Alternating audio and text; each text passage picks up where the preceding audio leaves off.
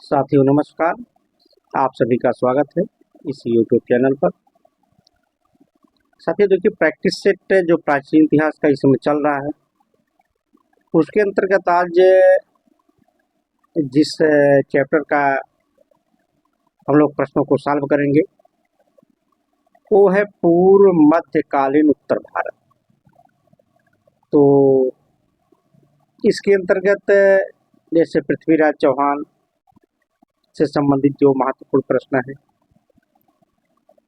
उसके बाद पाल वंश से संबंधित, इस तरीके से जो पूर्व मध्यकालीन उत्तर भारत से संबंधित शासक हुए, राजवंश हुए, उसके विषय में हम लोग आज प्रश्नों का अध्ययन करेंगे, सॉल्व करेंगे व्याख्या सहित।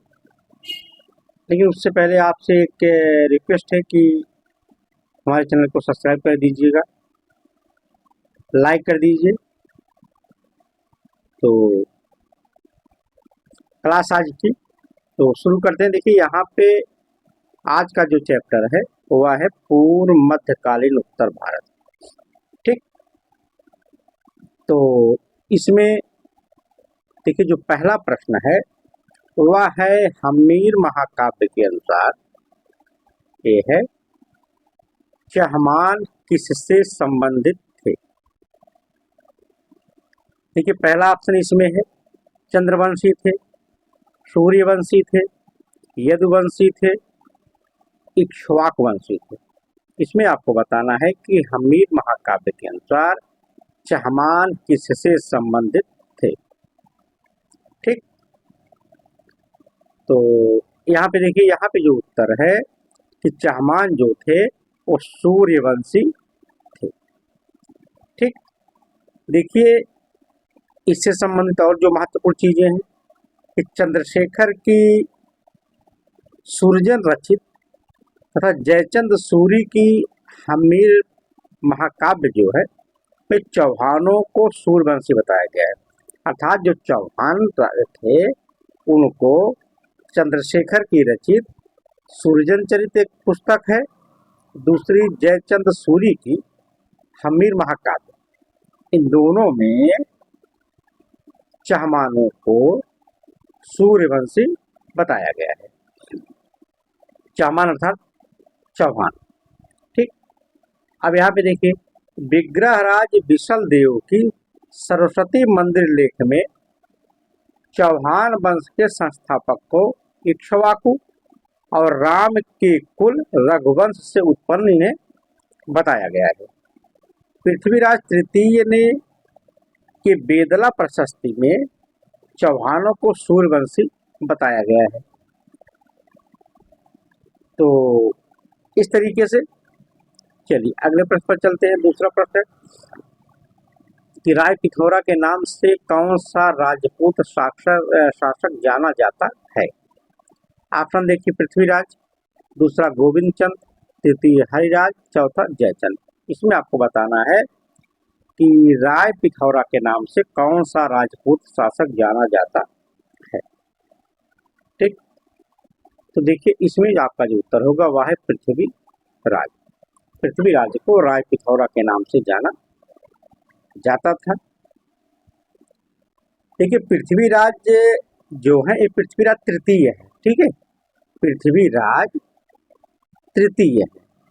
कहीं भी अगर पूछे तो अगर तृतीय दिया है तो पृथ्वीराज चौहान जो है वो तृतीय नंबर के हैं।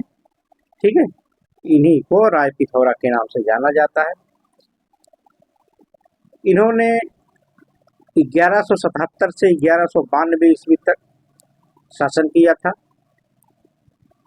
और इन्हीं का नाम जो राय पिथौरा है इनका उपनाम है। इनका जो जन्म हुआ था पृथ्वीराज का वो अहिनवाड़ में हुआ था। इनकी माता का नाम कर्पूर देवी है और इनके पिता का नाम सोमेश्वर। ध्यान दीजिएगा, पृथ्वीराज चौहान जो तृतीय हैं उनकी माता का नाम कर्पूर देवी है और उनके पिता का नाम सर्वेश्वर था। पृथ्वीराज स्वयं को भारतेश्वर कहा करते थे। भारतेश्वर का मतलब है भारत का स्वामी। ठीक है, पृथ्वीराज चौहान जो थे चौहान वंश का सबसे प्रसिद्ध शासक थे। ये तो पता है आप लोग को। वह अपने समय का सर्वश्रेष्ठ धनुर्धर भी थे, जिसे शब्दवेदी बाण चलाने में महारत हासिल थी। प्रारंभ में माता कर्पूर देवी ने मंत्री कैम्बास की सहायता मंत्री कैम्बास की सहायता से पृथ्वीराज की संरक्षिका के रूप में शासन चलाया था। 1182 में पृथ्वीराज ने चंदेल शासक परमर देव को पराजित करके उसकी राजधानी महोबा पर अधिकार कर लिया। इसी युद्ध में गहलवाड़ शासक जयचंद ने आल्हा एवं उदल नामक बनाफर सरदारों को परमर देव की सहायता हेतु भेजा। आल्हा उदल के विषय में कहा गया, जा दिन जन्म भयो आल्हा को, धरती धसी अढ़ाई हाथ। इसे आप लोग आला सुने होंगे, तो तमाम प्रकार की उक्तियां उसमें आती हैं। उसमें ये भी है कि जा दिन जन्म भयो आल्हा को, धरती धसी ढाई हाथ। ठीक है, तो इस तरीके से चलिए अगले प्रश्न पर चलते हैं। प्रश्न संख्या 3 देखिए यहाँ पे कि निम्नलिखित कथनों पर विचार कीजिए। पहला, पृथ्वीराज चौहान ख्वाजा मोइनुद्दीन चिश्ती के समकालीन थे। दूसरा है कि गियासुद्दीन तुगलक निजामुद्दीन औलिया के समकालीन थे। उपर्युक्त कथनों में से कौन सा कथन सही है? इसमें आपको बताना कौन सा कथन सही है। तो ऑप्शन देख लीजिए, इसमें केवल एक सही है, केवल दो सही है, एक और दो दोनों सही है, उपयुक्त में से कोई नहीं। तो देखिए इसमें जो उत्तर है वह है एक और दो दोनों सही है, क्योंकि पृथ्वीराज 1177 से 1192 तक इनका शासनकाल है। ख्वाजा मोइनुद्दीन चिश्ती के समकालीन थे, ये तो आपका सही हो गया। उसी के काल में 1192, ध्यान दीजिए 1192 ईस्वी में ख्वाजा मोइनुद्दीन चिश्ती लाहौर दिल्ली होते हुए अजमेर, चौहानों के मुख्यालय जो अजमेर था में अस्थायी रूप से बस गए थे। ठीक है, और गियासुद्दीन तुगलक की जो मृत्यु हुई थी वो हुई थी 1325 ईस्वी में गियासुद्दीन तुगलक की। और निजामुद्दीन औलिया जो है ये 1236 से लेकर 1236 से 1325 तक इनका जो समय है वो माना जाता है, अर्थात दोनों भी एक समकालीन थे। इस तरीके से एक और दो दोनों सही है। चलिए अगले प्रश्न पर चलते हैं कि निम्नलिखित पाल शासकों में से कौन वंशानुगत राजा नहीं था बल्कि उसे चुना गया था? ठीक है, तो ऑप्शन देखिए, पहला पाल है, दूसरा धर्मपाल है, तीसरे देवपाल है, चौथे महिपाल। इसमें आपको बताना है कि निम्नलिखित पाल राजाओं में कौन वंशानुगत राजा नहीं था बल्कि उसे चुना गया। तो यहाँ पे जो आपका उत्तर है वह है गोपाल। तो गोपाल को लोगों ने चुना था। ठीक है, देखिए पाल वंश बंगाल में जो जिसे गौड़ देश कहा गया है वहां पे लोग शासन करते थे। धर्मपाल के खलीमपुर अभिलेख में लिखा गया है कि मत्स्य न्याय से परेशान जनता ने गोपाल नामक सेनापति को अपना राजा बनाया। मत्स्य न्याय का, अगर मत्स्य न्याय की बात करें तो इसका मतलब होता है कि बंगाल राज्य में इतनी अराजकता व्याप्त थी कि शक्तिशाली व्यक्ति कमजोर व्यक्ति का शोषण कर रहा था। इसी शताब्दी में बंगाल में कम से कम 3 राजाओं की हत्या भी कर दी गई थी। गोपाल को इस मत्स्य न्याय को समाप्त करने का श्रेय दिया जाता है। गोपाल ने अपनी उत्पत्ति सूर्यवंश एवं समुद्र से बताया है। संभवतः गोपाल ने ही ओदंतपुरी के प्रसिद्ध विहार जो बनाया गया उसकी स्थापना भी इसने किया था। ठीक है, चलिए अगले प्रश्न पर चलते हैं। यहाँ पे देखिए पाल वंश के संस्थापक थे, तो इसमें देखिए गोपाल है, धर्मपाल है, देवपाल है और विग्रहपाल है। इसमें आपको बताना है पाल वंश का संस्थापक कौन था। ठीक है, देखिए इसमें जो उत्तर है वह है गोपाल। गोपाल जो थे वो पाल वंश के संस्थापक माने जाते हैं। देखिए पाल वंश का जो संस्थापक है वह गोपाल है, लेकिन जो महिपाल प्रथम है, महिपाल प्रथम, इसे पाल वंश का दूसरा संस्थापक माना जाता है। पाल वंश का सबसे महान शासक की बात अगर की जाए तो वह था देवपाल। ठीक, समस्त पाल शासक बौद्ध धर्मानुयायी थे। ठीक, वह परम सौगात की उपाधि धारण करते थे। जो सुलेमान यात्री था ने पाल राज्य को रुहमा या धर्मा कहा है। ये परीक्षा में पूछा जाता है कि कौन यात्री है, विदेशी यात्री है जो पाल वंश को या पाल राज्य को रुहमा नाम से जाना है, तो उसका नाम है सुलेमान। ठीक, चलिए अगले प्रश्न पर चलते हैं। प्रश्न संख्या 6 कि पाल वंश का सबसे महान शासक कौन था। इसमें आपको बताना है कि पाल वंश का सबसे महान शासक कौन था। तो जैसे कि अभी हमने इसका पहले आंसर वो देख लिया, ऑप्शन देवपाल, धर्मपाल, नयपाल, इनमें से कोई नहीं। ठीक है, तो यहाँ पे देखिए अभी हमने बताया था कि सबसे महान शासक कौन था, देवपाल था। ठीक है, चलिए अगले प्रश्न पर चलते हैं। प्रश्न संख्या 7 बंगाल के पाल शासकों के विरुद्ध किस कृषक समुदाय ने विद्रोह किया था। ऑप्शन जाटों ने, दूसरा गुर्जरों ने, तीसरा कैवर्त ने, चौथा डोमों ने। इसमें आपको बताना है कि बंगाल के पाल शासकों के विरुद्ध किस कृषक समुदाय ने विद्रोह किया था। ठीक है, उत्तर देखिए कि जो कैवर्त थे इन्होंने बंगाल में पाल शासकों के विरुद्ध विद्रोह किया था। अब देखिए इसमें बंगाल के पाल शासक जो थे महिपाल द्वितीय के समय में जो कैवर्त जाते थी उन्होंने दिव्योक के नेतृत्व में, किसके, दिव्योक के नेतृत्व में विद्रोह किया था। उन्होंने महिपाल द्वितीय की हत्या कर दी, हत्या कर बारेंद्री में स्वतंत्र राज्य की स्थापना कर दी। अब देखिए दिव्योक के बाद कैवर्त विद्रोह का नेतृत्व भीम ने किया।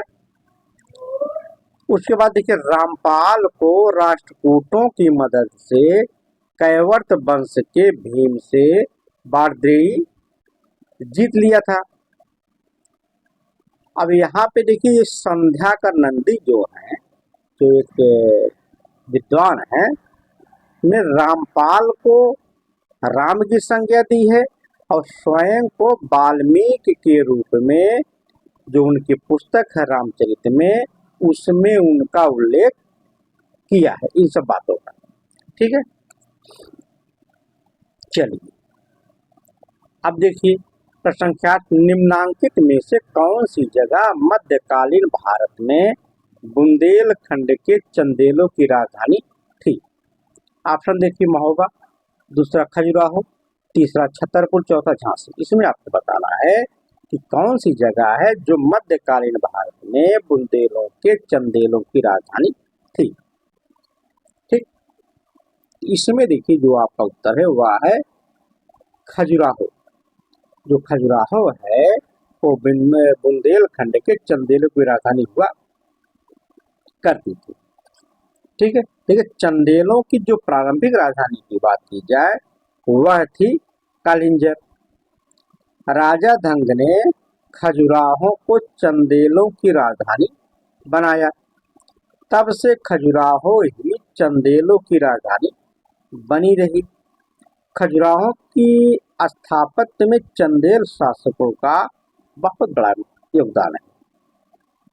ठीक, चलिए प्रश्न संख्या 9 देखिए कि निम्नलिखित में से कौन से युग का मिलान सही नहीं है। यहाँ पे देखिए महाबलीपुरम पल्लव, दूसरा खजुराहो परमार, तीसरा बादामी के चालुक्य, चौथा कानपुंज प्रतिहार। इसमें आपको बताना है कि निम्नलिखित में से कौन सा युग्म सही सुमेलित नहीं है। ठीक है, तो यहाँ पे देखिए जो आपका उत्तर जो मिलान सही नहीं हुआ है खजुराहो के प्रमार। देखिए खजुराहो के प्रमार थोड़ी, जैसे पिछली प्रश्न में हमने बताया खजुराहो के चंदेल थे। कौन थे? एक खजुराहो के जो थे वो थे चंदेल। ठीक है, तो इस तरीके से चलिए अगले प्रश्न पर चलते हैं। यहाँ पे देखिए प्रश्न संख्या चंदेल साम्राज्य का जेजाक भुक्त नाम किस चंदेल राजा के नाम से उत्पन्न हुआ? ऑप्शन देखिए जय शक्ति, दूसरा विजय शक्ति, तीसरा नन्नुक, चौथा हर्ष। इसमें आपको बताना है कि चंदेल साम्राज्य का जेजाक भुक्त नाम किस चंदेल राजा के नाम से उत्पन्न हुआ। ठीक, तो इसमें जो उत्तर है वह है जय शक्ति। ठीक है, तो यहाँ पे देखिए चंदेल जो राज्य है बुंदेलखंड क्षेत्र में स्थित था। बुंदेलखंड का जो प्राचीन नाम है, बुंदेलखंड का जो प्राचीन नाम है वह है जेजाक भुक्त, जिसे जुझौती भी कहा जाता है। ठीक है, महोबा का इससे एक लेख प्राप्त हुआ है जिसमें कहा गया है कि इस वंश के तीसरे राजा जय शक्ति ने अपने शासित क्षेत्रों को वैसे ही अपना नाम जेजाक भुक्त दिया जैसे राजा पृथु ने नाम पृथ्वी दिया था। ठीक है, तो चलिए अगले प्रश्न पर चलते हैं। प्रश्न संख्या 11 देखिए धंग का संबंध किस वंश से है? तो ऑप्शन चंदेल, दूसरा चहमान, तीसरा गहड़वाल, चौथा कलजुग। इसमें आपको बताना है कि धंग का संबंध किस वंश से था। तो इसमें देखिए जो उत्तर है वह है धंग जो थे वो चंदेल थे। ठीक है, अब देखिए यहाँ पे जो राजा धंग है ये इनका जो समय है 9 से 50 ईस्वी से लेकर के 1002 ईस्वी तक इनका जीवन है पूरा। ठीक है, इन्होंने चंदेलों की स्वाधीनता का वास्तविक जन्मदाता इन्हें स्वीकार किया जाता है। जो ग्वालियर विजय थी वो राजा धंग की सबसे महत्वपूर्ण विजयों में से एक है। खजुराहो के अधिकांश जो मंदिर बनाए गए उसका भी निर्माता राजा धंग को माना जाता है। अब यहाँ पे देखिए जो अधिकांश मंदिरों में जैसे जिननाथ का मंदिर है, विश्वनाथ का मंदिर है, वैद्यनाथ का मंदिर है, ये जो तमाम मंदिर बनाए गए ये राजा धंग ने ही बनवाए थे। खजुराहो में उसने जैन समुदाय को भी मंदिर निर्माण की अनुमति दी थी। इसका सबसे बड़ा उदाहरण जिननाथ मंदिर है। अब यहाँ पे एक चीज और आपको ध्यान देना है कि जो राजा धंग थे इन्होंने जल समाधि ले लिया था। ठीक है, तो चलिए अगले प्रश्न पर। यहाँ पे देखिए 12 है कारकोट वंश का शासन कहाँ था? यहाँ पे ऑप्शन कामरूप में, दूसरा कश्मीर में, तीसरा कलिंग में, चौथा नालंदा में। इसमें आपको बताना है कि कारकोट वंश का शासन कहाँ था। देखिए जो उत्तर है वह है कश्मीर में। ठीक है, तो अब यहाँ पे देखिए जो दुर्लभ बर्मन ने गोनंद वंश के अंतिम शासक बालादित्य की हत्या कर 7वीं शताब्दी में कश्मीर में कारकोट वंश की स्थापना किए थे। गोनंद वंश में रानी यशोमती हुई। दुर्लभ बर्मन कन्नौज के शासक हर्ष का समकालीन था। उसी के समय ह्वेनसांग ने कश्मीर की राजधानी प्रवरपुर में 2 वर्ष का समय बिताया था।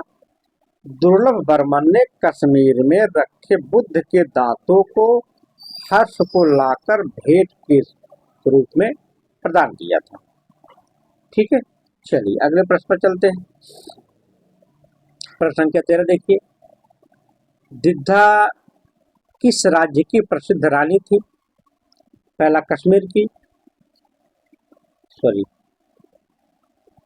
दूसरा विदर्भ की, तीसरा उड़ीसा, चौथा असम। इसमें आपको बताना जो दिद्धा है वो किस राज्य की प्रसिद्ध रानी। देखिए यहाँ पे जो उत्तर है वह है एक कश्मीर की थी।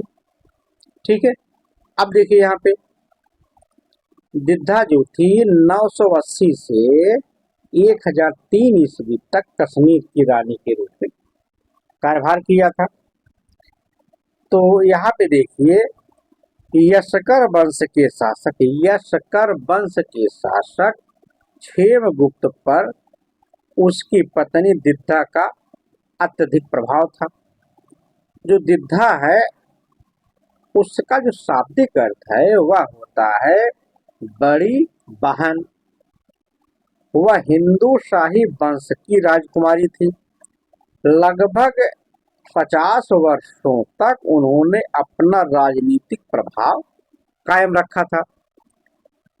दिद्धा के सिक्कों पर देवी लक्ष्मी का अंकन मिलता है। और रानी जो दिद्धा है उन्होंने दिद्धापुर और कनकपुरा नामक 2 नगरों की स्थापना की थी। ठीक है, चलिए अगले प्रश्न पर चलते हैं। यहाँ पे देखिए प्रश्न संख्या 14 कि 9वीं शताब्दी में उत्तर भारत को राजनीतिक एकता के सूत्र में बांधा था। पहला ऑप्शन चंदेलों ने, दूसरा प्रतिहारों ने, तीसरा चौहानों ने, चौथा परमारों ने। इसमें आपको बताना है कि 9वीं शताब्दी में उत्तर भारत को राजनीतिक एकता के सूत्र में किसने बांधा था। तो यहाँ पे जो उत्तर है वह है प्रतिहारों। प्रतिहारों ने उत्तर भारत को राजनीतिक एकता के सूत्र में बांधा था। चलिए अगले प्रश्न पर चलते। प्रश्न संख्या 15 देखिए, तो यहाँ पे माउंट आबू में दिलवाड़ा मंदिर किसने बनवाया? तो पहला ऑप्शन देखिए चंदेल ने, दूसरा पाल ने, तीसरा सोलंकी ने, चौथा परमार ने। इसमें आपको बताना है कि माउंट आबू जो पर्वत और दिलवाड़ा का मंदिर है वो किसने बनवाया था। तो देखिए इसमें जो उत्तर है वह है सोलंकी ने। यहाँ पे देखिए माउंट आबू में दिलवाड़ा मंदिर का निर्माण सोलंकी शासक थे भीमदेव प्रथम के एक सामंत थे विमल, उन्हीं ने इसका वह निर्माण करवाया था। दिलवाड़ा मंदिर का जो वास्तुकार है वह उसका नाम है तेजपाल। ठीक है, जो वास्तुकार है, ठीक है, उसका नाम है तेजपाल। ठीक है, तो इस तरीके से उसके बाद देखिए इस मंदिर के जो गर्भगृह में ऋषभदेव या आदिनाथ की मूर्ति इसमें रखी गई है। ठीक, चलिए अगले प्रश्न पर चलते हैं कि खजुराहो का कंदरिया महादेव मंदिर किसके द्वारा बनाया गया? ऑप्शन देखिए विद्याधर, दूसरा यशोवर्मन, तीसरा धन और चौथा कृष्ण। इसमें आपको बताना है खजुराहो का कंदरिया महादेव मंदिर किसके द्वारा बनाया गया था। देखिए इसमें जो उत्तर है वह है विद्याधर ने खजुराहो का कंदरिया महादेव मंदिर बनवाया था। ठीक है, देखिए कंदरिया महादेव मंदिर का निर्माण एक चंदेल शासक विद्याधर थे, उन्होंने इसका निर्माण करवाया था। देखिए सप्तरथ शैली का मंदिर है, जो मूलतः पंचायन शैली का था। यही खजुराहो का सर्वश्रेष्ठ मंदिर है। कंदरिया महादेव का प्रवेश द्वार कंदरा एक गुफा जैसा है, जिसके आधार पर इस मंदिर का नामकरण किया गया है। इसका जो शिखर मेरु पर्वत है, जो कैलाश कहा जाता है, उसी के समान इसका शिखर है। शिखर पर कुल 84 उर्श्रृंगों का निर्माण किया गया है। इस मंदिर की दीवारों पर बहुसंख्यक मूर्तियों, लगभग अगर माना जाए 900 रूप चित्रों का अंकन इस पर है। मंदिर के गर्भगृह में संगमरमर का शिवलिंग स्थापित किया गया है। ठीक है, चलिए अगले प्रश्न पर चलते हैं कि खजुराहो का चित्रगुप्त मंदिर किस देवता को समर्पित है। ठीक, तो देखिए इसमें पहला ब्रह्मा, दूसरा सूर्य, तीसरा शिव, चौथा विष्णु। इसमें आपको बताना है खजुराहो का चित्रगुप्त मंदिर किस देवता को समर्पित है। तो इसमें देखिए जो उत्तर है वह है सूर्य देवता को यह समर्पित है। ठीक है, देखिए इसका जो निर्माण करता है उनका नाम है गंड। ठीक है, चंदेल मंदिरों के प्रवेश द्वार को मकर तोरण कहा जाता है। तो इस तरीके से चलिए अगले प्रश्न पर चलते हैं। यहाँ पे देखिए चंदेल कला का प्रमुख केंद्र था। ऑप्शन उज्जैन, दूसरा कन्नौज, तीसरा खजुराहो, चौथा ग्वालियर। इसमें आपको बताना है कि चंदेल कला का प्रमुख केंद्र था। तो जो देखिए उत्तर जो है वह है खजुराहो। जो खजुराहो है वह चंदेल कला का प्रमुख केंद्र था। ठीक है,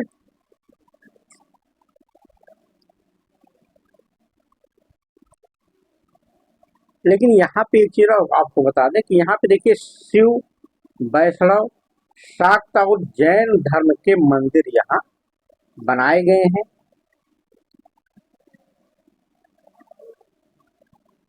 चलिए अगले प्रश्न पर चलते हैं। प्रश्न संख्या 19, त्रिशक्तियों महाराष्ट्रकूट, प्रतिहार, पाल के अपनी द्वंद्व का केंद्रीय शहर था। ऑप्शन देखिए उज्जैनी, दूसरा कन्नौज, तीसरा कांची, चौथा पाटलिपुत्र। इसमें आपको बताना है कि जो त्रिशक्तियां हैं उसके द्वंद्व का केंद्रीय शहर था। देखिए इसमें जो उत्तर है वह है कन्नौज। जो कन्नौज शहर है, जो त्रिपक्षीय संघर्ष का सबसे महत्वपूर्ण कार्य कन्नौज पर नियंत्रण स्थापित करना। इस संघर्ष का एक कार्य यह भी था कि पाल एवं प्रतिहार बनारस से बिहार तक अपना क्षेत्र भी जीतना चाहते थे, इसीलिए यह युद्ध और हुआ। तो यहाँ पे देखिए आयुध वंश में 3 शासकों वज्रायुध, इंद्रायुध और चक्रायुध के नाम से जाना जाता है। ये अत्यंत निर्बल शासक थे। इस तरीके से तमाम कारण थे जिसको लेकर के इन तीनों के बीच युद्ध हुए। चलिए यहाँ पे देखिए त्रिपक्षीय संघर्ष लड़ा गया था। ठीक है, त्रिपक्षीय संघर्ष लड़ा गया था। ऑप्शन देखिए पाल प्रतिहार गढ़वालों में, दूसरा पाल प्रतिहार राष्ट्रकूटों में, तीसरा पाल राष्ट्रकूट चंदेलों में, चौथा इनमें से कोई नहीं। इसमें आपको बताना है कि त्रिपक्षीय संघर्ष लड़ा गया था। तो इसमें जो आपका उत्तर है वह है बी ऑप्शन कि पाल प्रतिहार और राष्ट्रकूटों में। तो आपको थोड़ा यहाँ पे थोड़ी विस्तृत जानकारी दे दें। देखिए यहाँ पे जो गुर्जर प्रतिहार है, ठीक, दूसरे राष्ट्रकूट है, तीसरे पाल वंश है। इन तीनों राजवंशों के बीच कन्नौज को लेकर के काफी लंबे समय तक संघर्ष चला। इसमें देखिए सबसे पहले जो शुरू हुआ वो वत्स राज्य, ध्रुव और धर्मपाल। जो वत्स राज्य थे वो प्रतिहार वंश के थे, जो ध्रुव थे वो राष्ट्रकूट वंश के थे, और जो धर्मपाल थे वो पाल वंश के थे। सबसे पहले संघर्ष इन्हीं के तीनों के बीच शुरू हुआ। तो और लास्ट में महेंद्रपाल और कृष्ण द्वितीय के बीच जो युद्ध हुआ वही निर्णायक थी। ठीक है, इस तरीके से जो राजा थे वो मिले, आपस में संघर्ष किए। ठीक है, चलिए अगले प्रश्न पे चलते हैं कि किन राष्ट्रकूट राजाओं ने उत्तर भारत का अभियान किया था। ऑप्शन देखिए, ध्रुव, दूसरा गोविंद तृतीय, तीसरा इंद्र तृतीय, चौथा ये सभी। इसमें आपको बताना है कि किन राष्ट्रकूट राजाओं ने उत्तर भारत का अभियान किया था। तो यहाँ पे देखिए जो उत्तर है हुआ है ये सभी, अर्थात ध्रुव ने भी किया था, गोविंद तृतीय ने किया था और इंद्र तृतीय ने किया था। ठीक है, देखिए ये जो उत्तर भारत में इन्होंने अभियान किया, कन्नौज पर अधिकार स्थापित करने के लिए जो त्रिपक्षी संघर्ष चल रहा त्रिकोणी, उसी को लेकर के जो ध्रुव थे, गोविंद तृतीय थे, अमोघवर्ष प्रथम और कृष्ण द्वितीय ने उत्तर अभियान करके अपने प्रतिद्वंदियों को असफल करने का प्रयास किया था। ठीक है, चलिए अगले प्रश्न पर। 22 से नीचे कुछ राज्यों की सूची दी गई है, जैसे प्रतिहार है, राष्ट्रकूट है, चालुक्य है, बर्मन है। इसमें आपको बताना है इनमें से किन्होंने त्रिपक्षीय संघर्ष में कन्नौज पर अधिकार करने के लिए भाग नहीं लिया। तो इसमें देखिए जो है वो है उत्तर आपका चालुक्यों ने नहीं लिया था और बर्मन ने नहीं लिया था। जो 3 और 4 है यही नहीं था, जबकि प्रतिहार है, राष्ट्रकूट है और पाल है, ये तीनों ने भाग लिया था। ठीक है, चलिए यहाँ पे देखिए कौन प्रतिहार शासक नहीं था। यहाँ पे आपको बताना कौन प्रतिहार शासक नहीं था। ऑप्शन मिहिर भोज, दूसरा नागभट्ट, तीसरा राज्यपाल, चौथा राजसिम्हा। इसमें आपको बताना है कौन प्रतिहार शासक नहीं था। यहाँ पे देखिए जो उत्तर आपका है वह है राजसिम्हा। जो राजसिम्हा था क्या प्रतिहार शासक नहीं था। चलिए अगले प्रश्न पर चलते हैं। अगला प्रश्न है कि ग्वालियर प्रशस्ति में किस सम्राट के विषय में ऐतिहासिक जानकारी प्राप्त होती है। ऑप्शन देखिए, रामभद्र, दूसरा वत्सराज, तीसरा नागभट्ट, चौथा मिहिर भोज। इसमें आपको बताना है कि कौन शासक है जिसके विषय में ग्वालियर प्रशस्ति में ऐतिहासिक जानकारी मिलती है। तो यहाँ पे देखिए जो वत्सराज है इसी के विषय में जानकारी मिलती है। सॉरी, वत्सराज नहीं, यहाँ पे मिहिर भोज है। ठीक है, मिहिर भोज के विषय में ऐतिहासिक जानकारी मिलती है ग्वालियर से। ठीक है, जिसमें कुल 17 पंक्तियों में लिखी गई है। यह प्रसिद्ध विष्णु की उपासना से प्रारंभ होती है और जो इस प्रशस्ति का कवि है उसका नाम है बालादित्य। ठीक है, चलिए अगले प्रश्न पर चलते हैं। निम्नांकित किस प्रतिहार शासक की उपाधि आदि बराह थी। ऑप्शन देखिए, नागभट्ट द्वितीय, दूसरा वत्सराज, तीसरा मिहिर भोज, चौथा महिपाल प्रथम। महिपाल प्रथम। इसमें आपको बताना है कि किस प्रतिहार शासक की उपाधि आदि बराह थी। ठीक है, तो यहाँ पे देखिए जो उत्तर है वह है मिहिर भोज। ठीक, चलिए अगले प्रश्न पर चलते हैं।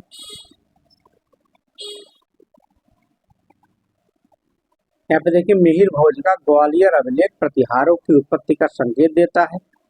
पहला चंद्र से, दूसरा राम से, तीसरा यज्ञकुंड से, चौथा लक्ष्मण से। इसमें आपको बताना है मिहिर भोजों का ग्वालियर अभिलेख प्रतिहारों की उत्पत्ति का संकेत देता है। तो इसमें जो उत्तर है वह है लक्ष्मण से। ठीक है, चलिए अगले प्रश्न पर चलते हैं। यहाँ पे देखिए गुर्जर प्रतिहार नरेश राज्यपाल की हत्या के लिए जो चंदेल राजा जिम्मेदार था उसका नाम था पहला कीर्तिवर्धन, बर्मन, दूसरा यशो बर्मन, तीसरा धंग, चौथा विद्याधर। इसमें आपको उत्तर बताना है। तो यहाँ पे देखिए जो उत्तर है वह है विद्याधर। इसके लिए विद्याधर जिम्मेदार है। अब क्या देखिए, राज्यपाल के समय महमूद गजनवी ने कन्नौज पर आक्रमण किया था। जो राज्यपाल है कन्नौज छोड़कर बाड़ी दुर्ग में जा बैठ गया। उसकी इसी कायरता को दिखाने की वजह से चंदेल शासक विद्याधर ने राज्यपाल को पराजित करके उसकी हत्या कर दी। कहे भैया आप कहाँ छोड़ के यहाँ से भाग गए थे। ठीक है, चलिए अगले प्रश्न पर चलते हैं कि रामायण मंजरी लिखी गई। ऑप्शन देखिए, राजशेखर द्वारा, दूसरा क्षेमेंद्र द्वारा, तीसरा भोज द्वारा, चौथा सोमदेव द्वारा। इसमें बताइए कि रामायण मंजरी किसने लिखी। तो यहाँ पे देखिए उत्तर आपका है क्षेमेंद्र द्वारा। क्षेमेंद्र ने रामायण मंजरी की रचना की। उनका जो मूल नाम है, क्षेमेंद्र का जो मूल नाम है वह है व्यास दास। क्या नाम है? व्यास दास। पूछ सकता है परीक्षा में कि क्षेमेंद्र का मूल नाम क्या है। तो क्षेमेंद्र का मूल नाम है व्यास दास। ठीक है, इन्होंने और रचनाओं की रचना की। तो जिनमें देखिए अवदान कल्पलता है, समय मत्रक। जो समय मत्रक है ध्यान दीजिएगा, यह वैश्या की एक आत्मकथा है। ठीक है, उसके बाद इन्होंने लिखी भारत मंजरी। उसके बाद इन्होंने लिखी देशोपदेश। इनकी और जो रचना है वह है नर्म माला। इनकी और जो रचना है वह है बृहत कथा मंजरी, कला विलास। ये जो तमाम रचनाएं हैं वो क्षेमेंद्र की हैं, अर्थात व्यास दास की हैं। ठीक है, अब देखिए कश्मीर के क्षेमेंद्र ने हास्यरस एवं व्यंग्यपूर्ण शैली में अपने युग के पाखंडियों की खिल्ली बृहत कथा मंजरी में उड़ाई है। वह कश्मीर के राजा अनंत के राज दरबारी थे, अर्थात उसमें सभासद के पद पर थे। ठीक है, चलिए यहाँ पे देखिए परमार वंश का शक्तिशाली शासक था। ऑप्शन मुंज थे, दूसरा भोज थे, तीसरे उपेंद्र, चौथे सीयत थे। इसमें आपको बताना है कि परमार वंश का शक्तिशाली शासक था। ठीक है, तो यहाँ पे देखिए ये थे भोज। आपका उत्तर भोज है। ठीक है, परमार वंश का शक्तिशाली शासक भोज थे। ठीक है, भारतीय इतिहास में भोज की प्रसिद्धि के कारण उसकी विद्वता, विद्या और कला के संरक्षण के रूप में जानी जाती है। भोज ने कविराज और त्रिभुवन नारायण की उपाधि धारण की थी। ध्यान दीजिए, भोज ने त्रिभुवन नारायण और कविराज की उपाधि धारण की थी। ठीक है, अब यहाँ पे देखिए राजा भोज ने श्रृंगार प्रकाश, सरस्वती कंठाभरण, श्रृंगार मंजरी, युक्त कल्पतरु, सम्रांगण सूत्रधारा, शब्दानुशासन, कुर्म शतक, तमाम जो पुस्तकें हैं वो राजा भोज के द्वारा लिखी गई हैं। यहाँ पे देखिए जो अभी हमने बताया युक्त कल्पतरु, ये जो रचना है इसी में विभिन्न प्रकार के नावों के निर्माण का उल्लेख मिलता है। ठीक है, चलिए अगले प्रश्न पर चलते हैं कि वह शासक जिसने साहित्य और कला के क्षेत्र में सर्वाधिक योगदान दिया। ऑप्शन देखिए, धर्मपाल, दूसरा धंग, तीसरा मिहिरभोज, चौथा परमार। तो इसमें आपको बताना है किसने महत्वपूर्ण योगदान दिया। तो यहाँ पे देखिए ये है परमार भोज। इनके विषय में अभी हमने सारी रचनाओं को पता। अब एक चीज और आपको जो प्रश्न पूछा जाता है राजा परमार भोज से, तो उसमें कहा जाता है कि भोज की मृत्यु पर कहा गया था अद्य धारा निराधारा, निरालंबा सरस्वती, पंडिता खंडिता सर्वे, भोज राजे दिवंगते। ठीक, ये उक्ति दे देती है। अब पूछा जाता है कि यह युक्ति किस राजा से संबंधित है। ठीक है, अब देखिए इनकी मृत्यु से जो धारा है निराधारा हो गई, सरस्वती निरालंबा हो गई, विद्या और विद्वान दोनों ही निराश्रित हो गए। भारतीय इतिहास में भोज की जो प्रसिद्धि का कारण है, जिसे अभी हमने बताया, उनकी विद्वता है। ठीक है, चलिए अगले प्रश्न पर चलते हैं। यहाँ देखिए, यहाँ पे आ गया कि निरालंबा सरस्वती, अर्थात सरस्वती अब निराश्रय हो गई, पर एक कवि की शोका व्यक्त किसकी मृत्यु पर की गई। तो यहाँ पे देखिए वो भोज परमार। ठीक है, चलिए अगले प्रश्न पर चलते हैं। प्रश्न संख्या 32। यहाँ पे देखिए पृथ्वीराज चौहान की राजधानी थी। ऑप्शन अजमेर, दूसरा दिल्ली, तीसरा करनाल, चौथा उदयपुर। इसमें आपको बताना है कि पृथ्वीराज चौहान की राजधानी कौन सी थी। ठीक है, तो यहाँ पे देखिए जो उत्तर है वह है अजमेर।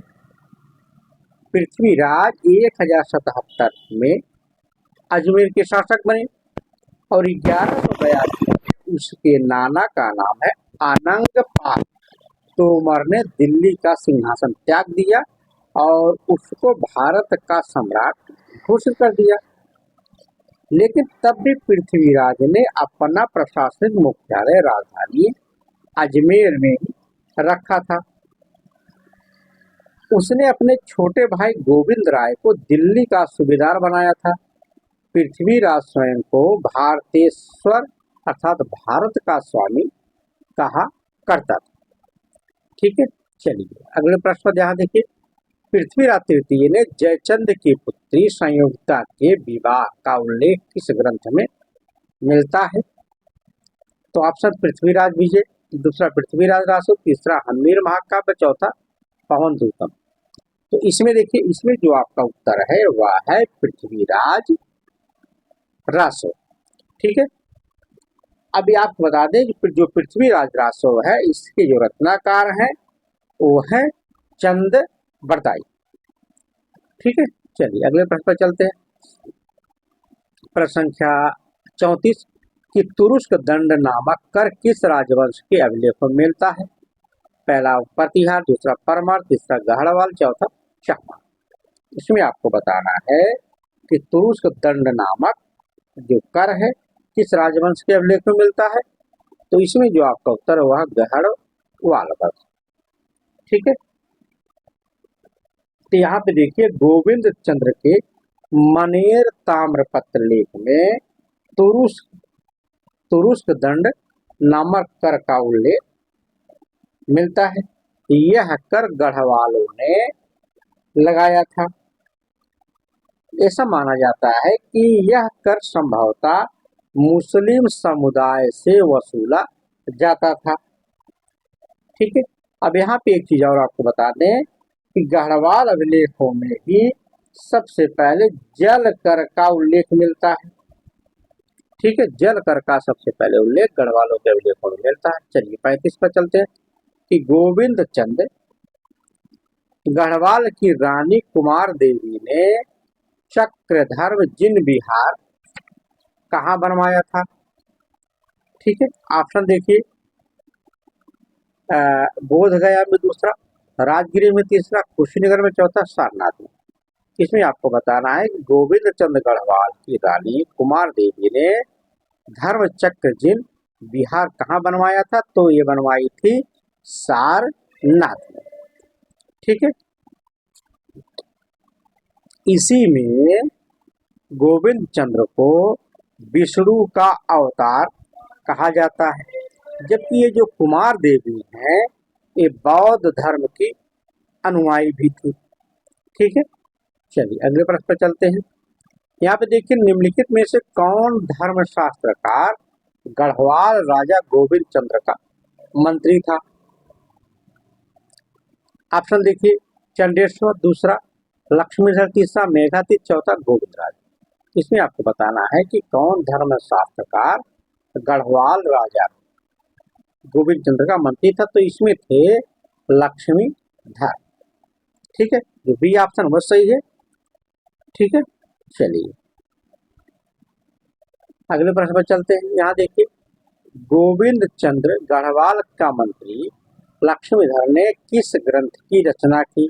ऑप्शन नव सहस्रांक चरित्र, दूसरा रामचरित, तीसरा कृत्य कल्पतरु और चौथा कादम्बरी। इसमें आपको बताना है कि विद्याधर ने लक्ष्मीधर ने किस ग्रंथ की रचना की। ठीक है, तो यहाँ पे देखिए लक्ष्मीधर ने कृत्य कल्पतरु की रचना की थी। अगले प्रश्न पर चलते हैं। यहाँ देखिए, गोविंद चंद्र गढ़वाल के मंत्री लक्ष्मीधर ने निम्नलिखित में से किस ग्रंथ की रचना की? फिर प्रश्न आ गया यहाँ पे देखिए, कादम्बरी, दूसरा तीर्थ विभीषण कांड, चौथा नव सहस्रांक चरित्र, चौथा है रामचरित। इसमें आपको बताना है किसने किसकी रचना की थी। ठीक है, तो इसमें जो उत्तर होगा वह तीर्थ विभीषण कांड है, जो दूसरा है, यही आपका उत्तर सही है। अब देखिए, निम्नलिखित में से किसे एक नया संवत चलाने का श्रेय दिया जाता है? पहला धर्मपाल, दूसरा देवपाल, तीसरा विजयसेन, चौथा लक्ष्मण सेन। इसमें आपको बताना है कि एक नया संवत चलाने का श्रेय किसे दिया जाता है? तो उत्तर है लक्ष्मण सेन। ठीक है, चलिए अगले प्रश्न पर चलते हैं कि उत्तम रामचरितम के रचयिता कौन है? पहला बिल्हड़, दूसरा भावभूत, तीसरा हेमचंद, चौथा जयदेव।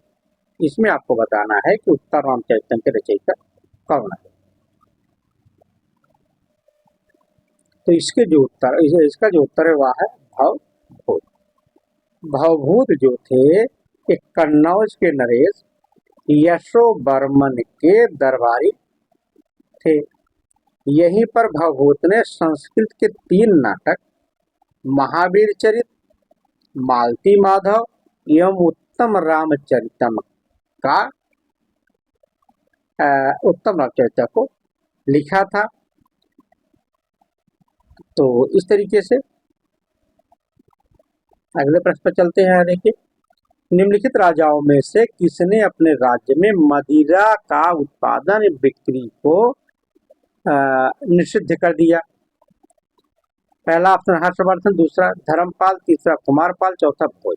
इसमें आपको बताना है कि किसने अपने राज्य में मदिरा के उत्पादन और बिक्री को बंद कर दिया था। तो जिसमें जो आपका उत्तर हुआ है कुमारपाल। ठीक है, देखिए, जो कुमारपाल ने अभक्ष नियम तथा राज्य में पशुवध निषेध सिद्धांत लागू किया था। उसने अपने राज्य में अहिंसा का प्रचार प्रसार किया। उसने धृत कीड़ा अर्थात जुआ, शराब बिक्री, वैश्यावृत्ति पर भी रोक लगा दिया था। यहाँ पे देखिए, जो कुमारपाल है उसने नवरात्रि पर कुमारपाल ने बकरे की बलि को भी कटने से रोक लगा दिया था। ठीक है, इस तरीके से चलिए अगले प्रश्न पर चलते हैं कि खलीमपुर लेख निम्नलिखित में से किसके शौर्य का विवरण देता है? ऑप्शन देवपाल, दूसरा धर्मपाल, तीसरा गोपाल, चौथा वत्सपाल। इसमें आपको बताना है कि जो खलीमपुर लेख है वो किसके शौर्य का विवरण देता है। ठीक है, तो यहाँ पे देखिए जो उत्तर है वह है धर्मपाल। खलीमपुर ताम्रलेख में पाल सम्राट धर्मपाल की उपलब्धियों का अलंकृत वर्णन है। खलीमपुर प्रशस्ति भी कहा, इसे खलीमपुर प्रशस्ति भी कहा जाता है। ठीक, चलिए अगले प्रश्न पर चलते हैं। यहाँ पे देखिए, निम्नांकित राजाओं के शासनकाल पर विचार कीजिए और उनके कालानुक्रम में व्यवस्थित कीजिए। पहला चामुंड राय, दूसरा कर्ण, तीसरा दुर्लभ राय, चौथा कुमारपाल। इसमें आपको क्रमबद्ध करना है। ठीक है, देखिए सबसे पहले इसमें है चामुंड राय, दूसरे हैं दुर्लभ राय, तीसरा ऑप्शन है कर्ण है। ठीक, चौथा ऑप्शन ये चार है, ये है। ठीक है, अर्थात 1, 3, 2 और 4, अर्थात ये जो ऑप्शन है ये आपका सही है। ठीक है, चलिए यहाँ पे देखिए, भोज परमार द्वारा रचित ग्रंथ को उनके विषय में सुमेलित कीजिए। यहाँ पे आपको देखिए, यहाँ पे मिलान करना है। तो यहाँ पे देखिए, सरस्वती कंठाभरण जो है वो क्या है, वो एक व्याकरण है। ठीक है, ये जो सम्रांग सूत्र है यह है शिल्प शास्त्र। ठीक है, उसके बाद जो कुर्म शतक है वह क्या है, एक काव्य है। जो नामालिका है यह है एक कोश है। अर्थात जो ये तीसरा ऑप्शन आपका है 3, 2, 4, 1, यही आपका उत्तर सही। ठीक है, चलिए यहाँ पे देखिए 45 पे कि सिद्ध संबत को किसने प्रारंभ किया था। ऑप्शन देखिए, मूलराज, दूसरा वल्लभराज, तीसरा जय सिंह, चौथा अजयपाल। इसमें आपको बताना है कि सिद्ध संबत को किसने प्रारंभ किया था। देखिए इसमें जो उत्तर है वह है जय सिंह। जय सिंह ने सिद्ध संबत को शुरू किया था। जो जय सिंह थे ये चालुक्य वंशी शासक थे। ठीक है, जय सिंह की एक उपाधि भी है, वो क्या है, सिद्ध राज। अब इन्हीं के दरबार में प्रसिद्ध जैन विद्वान हेमचंद रहा करते थे। ठीक है, चलिए अगले प्रश्न पर चलते हैं। अब यहाँ पे देखिए, पदम गुप्त ने अपने ग्रंथ नव सहसांक चरित्र में परमाणु की उत्पत्ति किस स्थान से बताया है। ऑप्शन अर्बुदालाचल, दूसरा विंध्याचल, तीसरा हिमालय और हिमाचल और चौथा अस्ताचल। इसमें आपको बताना है कि पदम गुप्त ने अपने ग्रंथ नव सहसांक चरित्र में परमाणु की उत्पत्ति का स्थान कहाँ पर बताया है। तो यहाँ पे देखिए, जो अर्बुदाचल है यहीं पे इसकी उत्पत्ति बताई गई है। ठीक है, चलिए अगले प्रश्न पर। द परमार राज पुस्तक का लेखक कौन है। ऑप्शन रोमन योगी, दूसरा DC गांगुली, तीसरे हैं प्रतिपाल भाटिया और चौथे बिगनपुरी। इसमें आपको बताना है कि द परमार राज पुस्तक के लेखक कौन है। तो यहाँ पे देखिए जो उत्तर है वह है प्रतिपाल भाटिया। ठीक, चलिए अगले प्रश्न पर चलते हैं। तो राज तरंगणी कश्मीर की रानियों में किसका उल्लेख नहीं करती है। ऑप्शन देखिए, सूर्यमती का, दूसरा सुगंधा, तीसरा दिद्दा और चौथा यशोमती का। इसमें आपको बताना है कि जो राज तरंगणी है वह कश्मीर की रानियों में किसका उल्लेख नहीं करती है। देखिए जो उत्तर है वह है यशोमती। कश्मीर में गोनंद वंश की रानी यशोमती थी। कश्मीर के उत्पल वंश की सबसे जो प्रसिद्ध महिला थी उसका नाम था सुगंधा। यही के लोहार वंश की रानी थी सूर्यमती। ठीक है, उसके बाद यशोमती कन्नौज के सम्राट प्रभाकर वर्धन की पत्नी थी। वही अपने पति की मृत्यु के बाद के पहले ही सती हो गई थी। अगले प्रश्न पर चलते हैं। यहाँ पे देखिए प्रश्न संख्या 49 है, कश्मीर नरेश ललितादित्य मुक्तापीठ किस वंश से संबंधित थे। तो जो इसमें आपका उत्तर है वह है ऑप्शन देख लीजिए, प्रथम लोहार वंश, दूसरा कारकोट वंश, तीसरा उत्पल वंश, चौथा द्वितीय लोहार वंश। इसमें जो आपका उत्तर है वह है कारकोट वंश। ठीक है, चलिए अगले प्रश्न पर चलते हैं। प्रश्न संख्या 50। ये देखिए हमारा लास्ट प्रश्न है कि निम्नलिखित में से कौन सुमेलित है।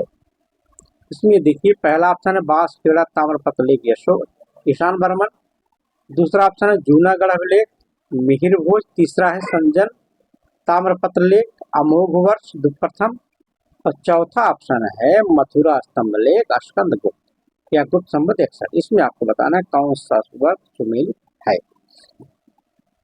तो इसमें जो आपका उत्तर हुआ है संजनपुर ताम्रपत्र लेख अमोघ वर्ष का।